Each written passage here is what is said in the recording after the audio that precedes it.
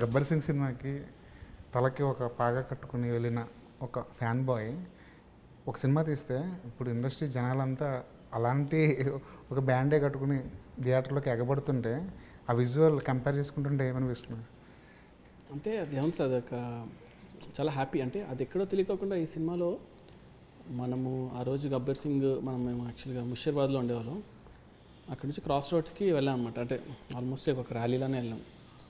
వెళ్ళి ఆ బ్యాండ్ వేసుకొని అదొక ఊపు కదా. అంటే అసలు కళ్యాణ్ గారి సినిమా ఆడాలని నాతో అనేవాళ్ళు. సినిమా స్టార్ట్ చేసేటప్పుడు ఆ వీడియో మళ్ళీ అసలు ఎక్కడో ఉండే వీడియో కదా, అసలు దాన్ని బయట తీసుకొచ్చి ఇప్పుడు అన్న మేము వెళ్ళాలి అలా బ్యాండ్ కట్టుకుంటే మీరు కనీసం అన్న మంచి సినిమా తీయాలి అన్నారు కదా. సో అది కొంచెం ఎప్పుడల్లా ఆ బ్యాండ్ మనసులో పెట్టుకునే ఉండాను, కరెక్ట్గా తీయాలి, లేకపోతే అసలు మనం బ్యాండ్ కట్టుకున్నానికి వాల్యూ ఉండదు, అసలు ఆ వీడియో ఫస్ట్ అందరూ ఇంకా ట్రాల్ చేస్తారని చెప్పి తీసుకున్నాను. బట్ హోప్ఫుల్లీ ఎప్పుడైతే నేను అందుకే ఇంకా మనం మర్చెండైజ్ కానీ హుడీస్ మళ్ళీ తీసుకురావడం, బ్యాండ్స్ తీసుకురావడం అవన్నీ స్టార్ట్ చేశాను నేను. ఎందుకంటే అవేవో హుడీస్ అమ్మేసేయాలి అలా ఇంటెన్షన్ కాదు, కానీ జనరల్గా people want something, they want celebrate sir. ఇప్పుడు అది ఏదైనా సరే వర్షాకాలం ఎండాకాలం తర్వాత వర్షాకాలం మనం సెలబ్రేట్ చేసుకుంటాం.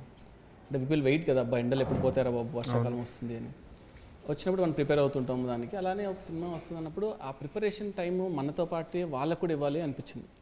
మనం ఒకే సినిమా తీస్తాం, రిలీజ్ చేస్తాం, వాళ్ళు ఏం ప్రిపేర్ అవుతారు ఆ సినిమా చూడడానికి, జస్ట్ వాళ్ళ యాంగ్జైటీ బిల్డ్ అవ్వడం తప్పితే.